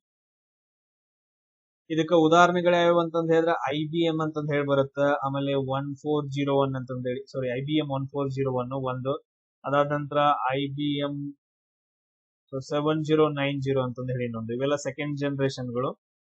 ಅದಾದ ನಂತರ ನೆಕ್ಸ್ಟ್ ಒಂದು ನೋಡ್ರಿ ಥರ್ಡ್ ಜನರೇಷನ್ ಅಂತಂದ್ ಹೇಳ್ತೀವಿ. 1965ರಿಂದ 1971 ಬರ್ತಾವ. ಇವುಗಳಲ್ಲಿ ನಾವು IC ಗಳನ್ನ ಯೂಸ್ ಮಾಡ್ತೀವಿ, ಇಂಟಿಗ್ರೇಟೆಡ್ ಸರ್ಕ್ಯೂಟ್ಸ್ ಗಳನ್ನ ಯೂಸ್ ಮಾಡ್ತೀವಿ. ಇಲ್ಲಿ ನೋಡ್ರಿ ಈ ತರ ಕಾಣಿಸ್ತಾವ. ಇವುಗಳನ್ನ ಯೂಸ್ ಮಾಡ್ಕೊಂಡು ಅಂದ್ರೆ ಸ್ಮಾಲ್ ಸ್ಕೇಲ್ ಇಂಟೆಗ್ರೇಷನ್, SSI ಅಂತಂದ್ ಹೇಳಿ ಕರಿತೀವಿ, ಸ್ಮಾಲ್ ಸ್ಕೇಲ್ ಇಂಟೆಗ್ರೇಷನ್ಸ್. ಆಮೇಲೆ MSI, ಮೀಡಿಯಂ ಸ್ಕೇಲ್ ಇಂಟೆಗ್ರೇಷನ್ಸ್. ಇವುಗಳನ್ನ ಯೂಸ್ ಮಾಡ್ಕೊಂಡು ಏನ್ ಮಾಡ್ತೀವಿ ಅಂತಂದ್ರೆ ಒಂದು IC ಅನ್ನ ರಚನೆ ಮಾಡ್ತೀವಿ, ಇಂಟಿಗ್ರೇಟೆಡ್ ಸರ್ಕ್ಯೂಟ್ ಅನ್ನ ರಚನೆ ಮಾಡಿ ಅವುಗಳನ್ನ ಎಲ್ಲಿ ಯೂಸ್ ಮಾಡ್ತೀವಿ ಅಂತಂದ್ ಹೇಳಿದ್ರೆ ಕಂಪ್ಯೂಟರ್ ಒಳಗಡೆ ಯೂಸ್ ಮಾಡ್ತೀವಿ. ಕ್ಲಿಯರ್? ಅದಾದ ನಂತರ ಇದ್ರಲ್ಲಿ ಏನಾಗತ್ತೆ, ಕಂಪ್ಯೂಟರ್ ವೇಗ ಜಾಸ್ತಿ ಆಗತ್ತ, ಆಮೇಲೆ ಸ್ಪೀಡ್ ಜಾಸ್ತಿ ಆಗತ್ತೆ, ಇವನ್ ಬೆಲೆ ಕೂಡ ಕಮ್ಮಿ ಆಗತ್ತೆ. ಬೆಲೆ ಕೂಡ ಏನಂತಂದ್ ಹೇಳಿದ್ರೆ ಕಮ್ಮಿ ಆಗತ್ತ ಇದರಲ್ಲಿ. ಅದಾದ ನಂತರ ಫಸ್ಟ್ ಟೈಮ್ ಏನ್ ಮಾಡ್ತಾರ ಅಂತಂದ್ ಹೇಳಿದ್ರೆ ಇದರಲ್ಲಿ ಕೀಬೋರ್ಡ್ ಮತ್ತು ಮಾನಿಟರ್ ಗಳನ್ನ ಯೂಸ್ ಮಾಡ್ತಾರೆ, ಸಾರಿ ಕೀಬೋರ್ಡ್ ಮತ್ತು ಮಾನಿಟರ್ ಗಳನ್ನ ಬಳಕೆ ಮಾಡ್ತಾರೆ. ಇದ್ರೊಳಗಡೆ ಕೀಬೋರ್ಡ್ ಮತ್ತು ಮಾನಿಟರ್ ಗಳನ್ನ ಬಳಕೆ ಮಾಡಿಕೊಂಡು ಇಂಟಿಗ್ರೇಟೆಡ್ IC ಗಳನ್ನ ಕನೆಕ್ಟ್ ಮಾಡಿ ಕಂಪ್ಯೂಟರ್ ಗಳನ್ನ ರಚನೆ ಮಾಡ್ತಾರೆ ಥರ್ಡ್ ಜನರೇಷನ್ ಒಳಗಡೆ. ಇದಾದ ನಂತರ ಫೋರ್ತ್ ಜನರೇಷನ್ ಬರುತ್ತಾ, ಇಲ್ಲಿ VLSI ಗಳನ್ನ ಯೂಸ್ ಮಾಡ್ತೀವಿ. ಇವಾಗ ನಾವು ನೋಡಿದ್ವಲ್ಲ, ಇದು ಯಾವಾಗಿಂದ ಅಂದ್ರೆ 1971ರಿಂದ ಇಂದಿನವರೆಗೂ ಇವಾಗೂ ನಾವು ಅದನ್ನ ಯೂಸ್ ಮಾಡ್ತೀವಿ. 1971ರಿಂದ ಇಲ್ಲಿ ಮೈಕ್ರೋ ಪ್ರೊಸೆಸರ್ ಗಳನ್ನ ಯೂಸ್ ಮಾಡ್ತೀವಿ. ಅದ್ರ ಜೊತೆಗೆ ಇನ್ನೊಂದೇನಂದ್ರೆ ವೆರಿ ಲಾರ್ಜ್ ಸ್ಕೇಲ್ ಇಂಟೆಗ್ರೇಷನ್ ಅಂತ ಹೇಳಿ, very large scale integration VLSI ಅಂತ ಹೇಳ್ತೀವಿ. ಅವುಗಳನ್ನ ಯೂಸ್ ಮಾಡ್ತೀವಿ. ಅಂದ್ರೆ ಇಲ್ಲಿ ಒಂದೇ ಒಂದು ಸಿಲಿಕಾನ್ ಚಿಪ್ ಇರುತ್ತೆ, ಅದ್ರ ಮೇಲೆ ಲಕ್ಷಾಂತರ ಟ್ರಾನ್ಸಿಸ್ಟರ್ ಗಳನ್ನ ಅಳವಡಿಸ್ಕೊಂಡು ಮಾಡುವಂತ ಒಂದು ತಂತ್ರಜ್ಞಾನ. ಇದೇನಂತಂದ್ರೆ ಇಲ್ಲಿ ಐತ್ ನೋಡ್ರಿ. ಸೊ ಮೊದ್ಲೇನಂತಂದ್ರೆ ಹಲವಾರು ಚಿಪ್ ಗಳನ್ನ ಬಳಸ್ತಾ ಇದ್ರು. ಇವಾಗ ಏನ್ ಮಾಡ್ತಾರ ಅಂದ್ರೆ ಒಂದೇ ಒಂದು ಸಿಲಿಕಾನ್ ಚಿಪ್ ಅನ್ನ ಬಳಸ್ತಾರ. ಒಂದೇ ಏನಂತಂದ್ರೆ ಮೈಕ್ರೋ ಪ್ರೊಸೆಸರ್ ನ ಬಳಸ್ತಾರ. ಇದೇನ್ ಕಾಣಿಸ್ತಾಯ್ತಲ್ಲ, ಇದು ಕಂಪ್ಲೀಟ್ ಆಗಿ ಮೈಕ್ರೋ ಪ್ರೊಸೆಸರ್. ಈ ಮೈಕ್ರೋ ಪ್ರೊಸೆಸರ್ ಒಳಗಡೆ ಸಣ್ಣದಾಗಿ ನೋಡ್ರಿ, ಸಣ್ಣದಾಗಿ ಏನ್ ಮಾಡ್ತಾರ ಅಂದ್ರ ಟ್ರಾನ್ಸಿಸ್ಟರ್ ಗಳನ್ನ ಬಳಸ್ತಾರ. ಟ್ರಾನ್ಸಿಸ್ಟರ್ ಗಳನ್ನ ಬಳಸ್ಕೊಂಡು ಒಂದ್ ಸಿಸ್ಟಮ್ ಅನ್ನ ರಚನೆ ಮಾಡ್ಕೊಂತಾರ. ನೆನ್ಪಿಟ್ಕೊಳ್ರಿ, ಒಂದೇ ಮೈಕ್ರೋ ಪ್ರೊಸೆಸರ್, ಅದ್ರೊಳಗಡೆ ಏನ್ ಮಾಡ್ತಾರ ಅಂತಂದ್ ಹೇಳಿದ್ರೆ ಹಲವಾರು ಟ್ರಾನ್ಸಿಸ್ಟರ್ ಗಳನ್ನ ಬಳಸ್ಕೊಂಡು ವೆರಿ ಲಾರ್ಜ್ ಸ್ಕೇಲ್ ಇಂಟೆಗ್ರೇಷನ್ ಅನ್ನೋ ಒಂದು ಸಿಸ್ಟಮ್ ಅನ್ನ ಯೂಸ್ ಮಾಡ್ತಾರ. ಈಗ ಬೆಸ್ಟ್ ಎಕ್ಸಾಂಪಲ್ PC ಗಳು, ನೀವು ಪರ್ಸನಲ್ ಕಂಪ್ಯೂಟರ್ ಅಂತ ಹೇಳ್ತೀವಲ್ಲ, ಮನೇಲಿ ಕೂಡ್ಸಿರ್ತಾರ, ಅವುಗಳಾಗಿರ್ಬೋದು. ಆಮೇಲೆ ಲ್ಯಾಪ್ಟಾಪ್ ಗಳು ಇವೆಲ್ಲ ಏನ್ ಮಾಡ್ತಾರ ಅಂತಂದ್ರೆ ಅವುಗಳೆಲ್ಲ ಒಂದೇ ಮೈಕ್ರೋ ಪ್ರೊಸೆಸರ್ ಇರುತ್ತೆ, ಅದ್ರಲ್ಲಿ ಹಲವಾರು ಇಂಟೆಗ್ರೇಷನ್ಸ್ ಗಳು ಕಂಡು ಬರ್ತಾವ. ಅದಾದ ನಂತರ ಲಾಸ್ಟ್ ಒಂದ್ ಬರುತ್ತಾ, ಅದನ್ನ ನಾವು ಫಿಫ್ತ್ ಜನರೇಷನ್ ಅಂತ ಕರಿತೀವಿ. ಇಲ್ಲಿ ULSI ಗಳನ್ನ ಯೂಸ್ ಮಾಡ್ತಾರ, ಅಂದ್ರೆ ಅಲ್ಟ್ರಾ ಲಾರ್ಜ್ ಅಂತಂದ್ ಹೇಳ್ತೀವಿ, ಅಲ್ಟ್ರಾ ಲಾರ್ಜ್ ಸ್ಕೇಲ್ ಇಂಟೆಗ್ರೇಷನ್ ಅಂತ ಹೇಳಿ, ಅಲ್ಟ್ರಾ ಲಾರ್ಜ್ ಸ್ಕೇಲ್ ಇಂಟೆಗ್ರೇಷನ್ ಅಂತ ಹೇಳಿ ಬರುತ್ತೆ. ಇವುಗಳನ್ನ ಯೂಸ್ ಮಾಡ್ತೀವಿ. ಇದ್ರ ಜೊತೆಗೆ AI ಅನ್ನ ಯೂಸ್ ಮಾಡ್ತೀವಿ. ಇದ್ರ ಒಳಗಡೆ ಏನಂತಂದ್ ಹೇಳಿದ್ರೆ AI ಅನ್ನ ಯೂಸ್ ಮಾಡ್ತೀವಿ. ಇದು ತುಂಬಾ ಇಂಪಾರ್ಟೆಂಟ್. ಇಲ್ಲಿ ಏನಂತಂದ್ ಹೇಳಿದ್ರೆ ULSI ಗಳನ್ನ ಯೂಸ್ ಮಾಡ್ಕೊಂಡು ಹೆಂಗ್ ಅಡ್ವಾನ್ಸ್ಡ್ ಲೆವೆಲ್ ಕಂಪ್ಯೂಟಿಂಗ್ ಸಿಸ್ಟಮ್ ನ ಹೆಂಗ ಯೂಸ್ ಮಾಡ್ಕೋಬೇಕಂತಂದ್ ಹೇಳಿ. ಅದಾದ ನಂತರ ನೆಕ್ಸ್ಟ್ AI ಅನ್ನ ಯೂಸ್ ಮಾಡ್ಕೊಂಡು ಅಲ್ಗಾರಿದಮ್ಸ್ ಗಳಾಗಿರ್ಬೋದು, CNN ಟ್ರಾನ್ಸ್ಫಾರ್ಮರ್ಸ್ ಗಳನ್ನ ಯೂಸ್ ಮಾಡ್ಕೊಂಡು ಇಲ್ಲಿ ಬರುತ್ತ NLP, ಅದಾದ ನಂತರ LLM ಅಂತಂದ್ ಹೇಳಿ ಬರ್ತಾವ, ನ್ಯಾಚುರಲ್ ಲ್ಯಾಂಗ್ವೇಜ್ ಪ್ರೋಗ್ರಾಮ್ ಅಂತಂದ್ ಹೇಳಿ, ಆಮೇಲೆ LLM ಅಂತಂದ್ ಹೇಳಿ. ಇವು ಈ ತರ ಸಿಸ್ಟಮ್ಸ್ ಗಳನ್ನ ತುಂಬಾ ಹೈಟೆಕ್ ಐತೆ ಇವಾಗ.